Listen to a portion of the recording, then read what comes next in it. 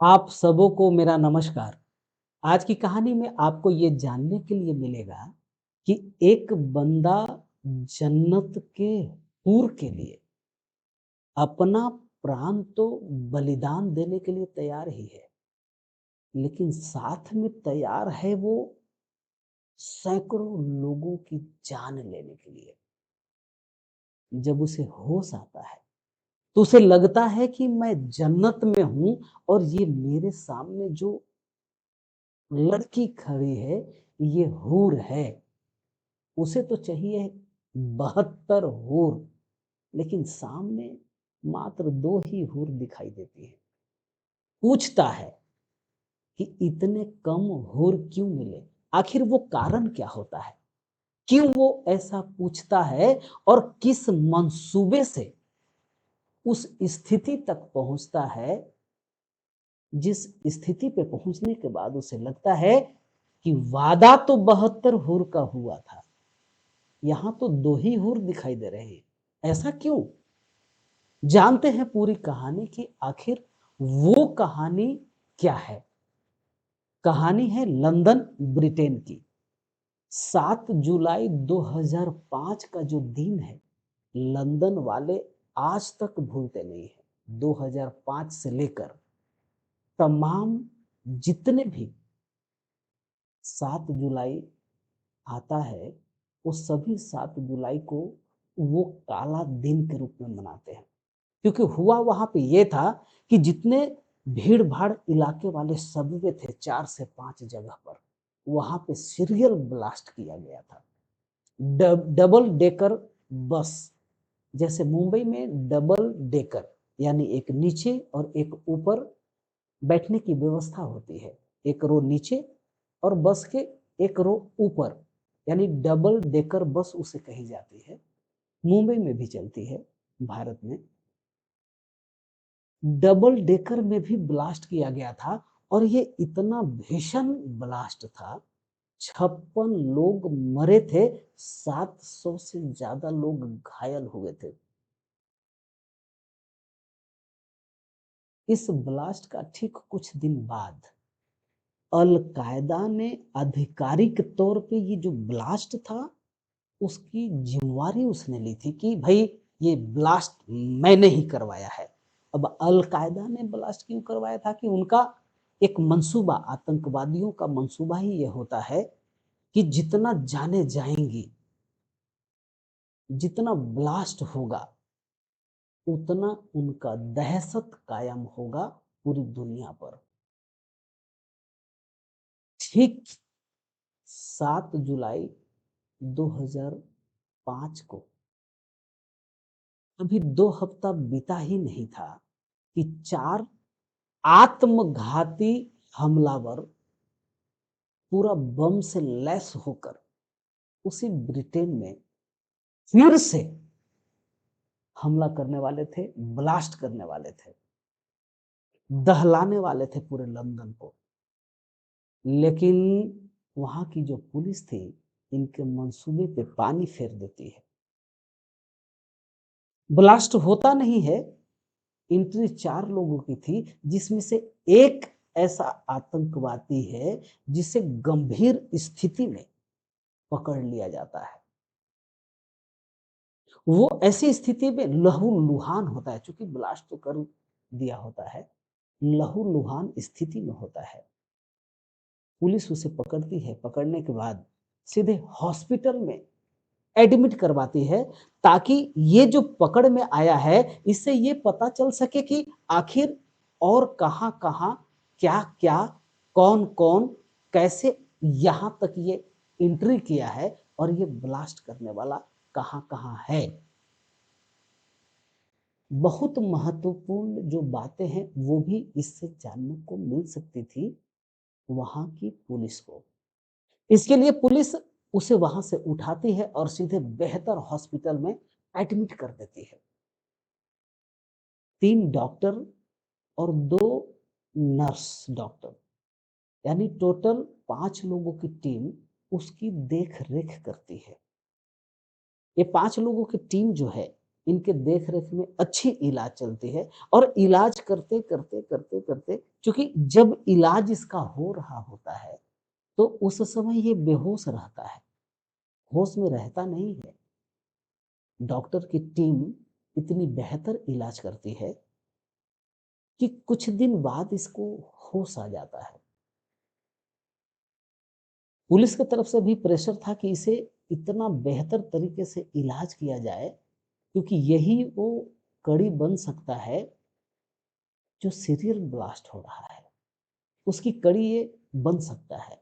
महत्वपूर्ण बातें हम लोगों को जानने को मिल सकता है। डॉक्टर की टीम भी बहुत मेहनत से, लगन से उसकी इलाज करते हैं।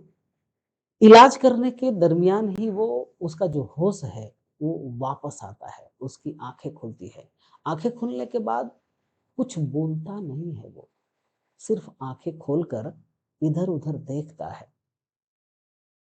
तब तक इस लड़के को होश आने से पहले बाकी के जो 3 डॉक्टर थे, 2 महिला जो नर्स थी, जो देख-रेख कर रही थी, उन दोनों को ये कहकर तीनों डॉक्टर जाते हैं कि हम पुलिस को इन्फॉर्म भी करेंगे और बाकी आप देख लो, स्थिति तो सुधर गई है, लेकिन अगर किसी भी प्रकार की कोई बात आती है तो आप कॉल करना, इन्फॉर्म करना, हम लोग वापस आ जाएँगे। तीनों डॉक्टर केबिन यानी उस हॉस्पिटल के केबिन से बाहर निकल चले जाते हैं, उस रूम से बाहर चले जाते हैं। उस लड़के के साथ 2 महिला नर्स रह जाती है। ये आँख अपना जब खोलता है, तो कुछ बोलता नहीं है। महिला नर्स ये समझती है कि हो सकता है कि भाई कुछ बोला नहीं। बेसब्री से इंतज़ार डॉक्टर की टीम कर रही थी कि जितना जल्द हो सके ये होश में आ जाए। जैसे ही होश में आया, दोनों महिला नर्स को पता चल गया कि होश में आया है, कुछ बोला नहीं है। ये दोनों ये समझ रही है कि शायद काफ़ी दिनों से ये बेहोश पड़ा हुआ था। अब ये होश में आया है जिसकी वजह से ये कोई हरकत नहीं किया, शांत है। जैसे ही इसकी आँखें खुलती है, कुछ बोलता नहीं है। 10 मिनट तक इधर-उधर देखता है, अपने बेड से खड़ा होता है और खड़ा होने के बाद सीधे एक जो महिला नर्स है, उसके गले जाकर लिपट जाता है, उसे गले लगा लेता है। महिला नर्स थोड़ा-सा अनकम्फर्टेबल महसूस करती है। वो सोचती है कि शायद काफ़ी दिनों से कोमा में जाने की वजह से, बेहोश होने की वजह से, अभी जब ये होश में आया है, तो ऐसी हरकत कर रहा है, वो थोड़ा-सा झिझक भरे मन से और हाथों से उसे दूर करती है और कहती है कि आप अभी बेड पे आराम करो। लेकिन ये कुछ बोलता है, ये कुछ अपनी ही भाषा में बोलता है। जब वो महिला नर्स को गले लगाता है, तो दूसरी महिला नर्स डॉक्टर को कॉल करती है कि प्लीज़ इमीडिएटली आप आएँ। डॉक्टर इमीडिएटली केबिन में उपस्थित होते हैं और उपस्थित होने के बाद वो कुछ बोले जा रहा है, कुछ बोले जा रहा है। डॉक्टर की टीम पुलिस को इन्फॉर्म करती है और ये कहती है कि सर कोई ट्रांसलेटर लेकर आइए, क्योंकि ये क्या बोल रहा है हम लोग को समझ में नहीं आ रहा है। पुलिस की टीम ट्रांसलेटर लेकर आती है। ट्रांसलेटर वहाँ पे खड़ा होता है और उसकी बातों को वो सुनता है। जो वो बोल रहा था, बाकी के नर्सों को और बाकी के डॉक्टर को ऐसा लग रहा था कि ये कुछ रहस्यमयी चीज़ बोल रहा है और शायद ये बेहोशी के कारण ऐसा हो सकता है, या कहीं इसका दिमाग का नस कहीं ढीला तो नहीं हो गया, या कहीं पागल तो नहीं हो गया। लेकिन ट्रांसलेटर अगर कुछ बताएगा तो ही हम लोग समझ पाएंगे कि आखिर ये बोल क्या रहा है। ट्रांसलेटर उसकी बातों को ध्यान से सुनता है, और जब समझता है तो ट्रांसलेटर परेशान हो जाता है। और वही ट्रांसलेटर जब डॉक्टर को ट्रांसलेट करके बताता है, वहां की पुलिस टीम को ट्रांसलेट करके बताता है, तो पुलिस की टीम भी हैरान परेशान हो जाती है कि बताओ, ऐसा भी हो सकता है। ट्रांसलेटर ये कहता है पुलिस की टीम को और डॉक्टर की टीम को कि ये कह रहा है कि मुझे तो 72 हूर मिलना था, ये 2 ही हूर मिल रही है। ऐसा क्यों? ये 2 ही हूर है, और ये 2 हूर में आप लोग क्या कर रहे हो? मैं तो अपने हूर के साथ रंगरेलियां मनाऊंगा, रास करूंगा, विहार करूंगा, ऐश करूंगा, मौज करूंगा। तो तुम लोग क्या कर रहे हो यहाँ पे? ये कह रहा है कि तुम लोग मुझे अकेला छोड़ो और मुझे मेरे हूर, चलो 72 ना सही, 2 ही सही। और हूर मतलब जन्नत की परी, जन्नत की हूर। अगर 72 ना सही तो 2 ही सही, और इसके साथ ही मुझे आनंद लेने दो। तुम लोग बीच में यहाँ पे क्यों खड़े हो, और तुम क्यों आ गए, डॉक्टर क्यों आ गए? ये बोले जा रहा था अपने भाषा में। ट्रांसलेशन करके जब ट्रांसलेटर डॉक्टर को और पुलिस की टीम को बताता है, तो ये सब परेशान हैरान हो जाते हैं। डॉक्टर ये डॉक्टर ये सोचते हैं, पुलिस ये सोचती है कि आखिर ये जो आत्मघाती है, ये हमलावर है, ये इसे, इसका जो ब्रेन है वो वॉश किया गया होगा। और ये ब्रेन वॉश ये कहकर किया गया होगा कि जब तुम मरोगे, मरोगे नहीं, जब तुम शहीद होोगे, सैकड़ों लोगों की जान लेकर जब तुम जिहाद करोगे और जन्नत जाओगे, तो वहां तुझे 72 हूर मिलेंगे। और ये अपने आप को मरा हुआ समझ रहा है, क्योंकि वो बेहोश हो चुका था। होश इसे इस हॉस्पिटल में आया है, तो अब ये समझ रहा है कि हम जन्नत में हैं। डॉक्टर की टीम, पुलिस की टीम मिलकर उसे ये समझाने लगते हैं कि अरे इंसान, अरे भले मानुस, तुम अभी मरे नहीं हो, और तुम जन्नत में भी नहीं हो।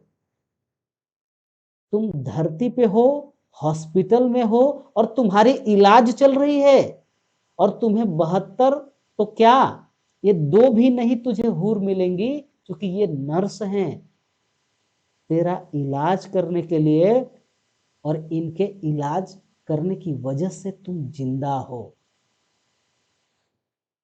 उसकी मानसिक क्रियाएं प्रक्रियाएं को डॉक्टर लोग ठीक करते हैं, जांच पड़ताल करते हैं। डॉक्टर ये पाते हैं कि ये पूर्णतः ठीक है, सिर्फ ये अभी तक ये समझ रहा था कि ये जन्नत में है, और मुझे तो कहा गया था 72 हूर, अब ये 2 ही क्यों, और 2 के साथ भी अगर मैं अपनी मनमानी करना चाहता हूं तो भी रोका जा रहा है। ये मनमानी नहीं करने दे रही है, आपको बुला ली। यानी उसे ये कहा गया था कि जब तुम जन्नत में रहोगे, जब तुम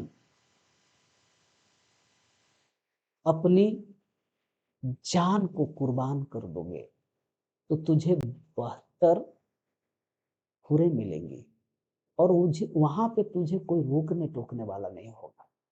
जितने हुरों के साथ तुझे जो करना है, जैसे करना है, जिस प्रकार से करना है, तो तुम कर सकते हो, कोई रोक टोक नहीं।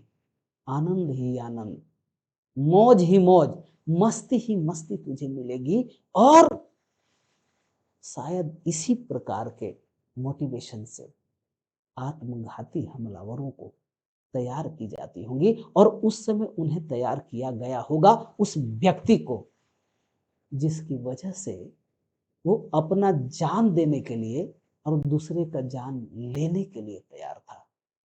दोस्तों, वहाँ की पुलिस डॉक्टर की टीम की सहायता लेकर निरीक्षण करवाने के बाद अपने कानूनी प्रक्रिया के लिए उस व्यक्ति को आगे प्रोसीड कर देते हैं। लेकिन वो अभी भी हुर के चक्कर में था। दोस्तों, आज की कहानी में इतना ही। और आज की जो कहानी है उसे ये सीखने को मिलती है कि किसी के बहकावे में आकर बहकने की आवश्यकता नहीं है।